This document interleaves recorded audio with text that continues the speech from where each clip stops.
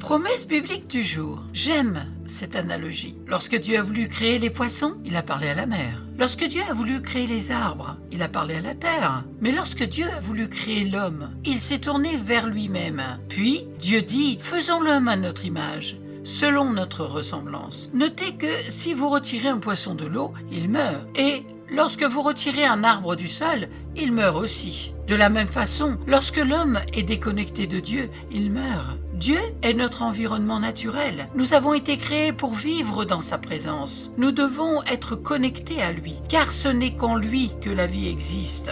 Dans le psaume 105, verset 4, il est écrit « Ayez recours à l'Éternel et à sa force. Recherchez constamment sa présence. » Comment savoir que Dieu nous aime? Eh bien, le Seigneur Jésus a dit « Comme mon Père m'a aimé, moi aussi je vous ai aimé. Et demeurez dans mon amour. » C'est dans Jean chapitre 15, verset 9. Dieu est amour. Afin de nous racheter de nos péchés, Dieu lui-même s'est fait chair en tant que Fils de l'homme et a été cloué sur la croix comme sacrifice d'expiation pour l'humanité, pardonnant les péchés de l'homme et exemptant l'homme de la condamnation et la malédiction de la loi, et nous a accordé une grâce abondante, des bénédictions et des promesses sur la vie éternelle. Voyons 3 versets qui nous démontrent l'amour de Dieu. Un verset bien connu, c'est Jean 3,16. Dieu a tellement aimé le monde qu'il a donné son Fils unique, afin que quiconque croit en lui ne périsse point, mais qu'il ait la vie éternelle. Et dans 1 Jean chapitre 4, versets 9 à 10, il est écrit « Il a manifesté son amour pour nous en envoyant son Fils unique dans le monde, afin que nous vivions par lui. Et cet amour consiste en ce que ce n'est pas nous qui avons aimé Dieu, mais lui qui nous a aimés et qui a envoyé son Fils comme victime de propriation pour nos péchés. » 1 Jean chapitre 4, versets 16 à 19. Et nous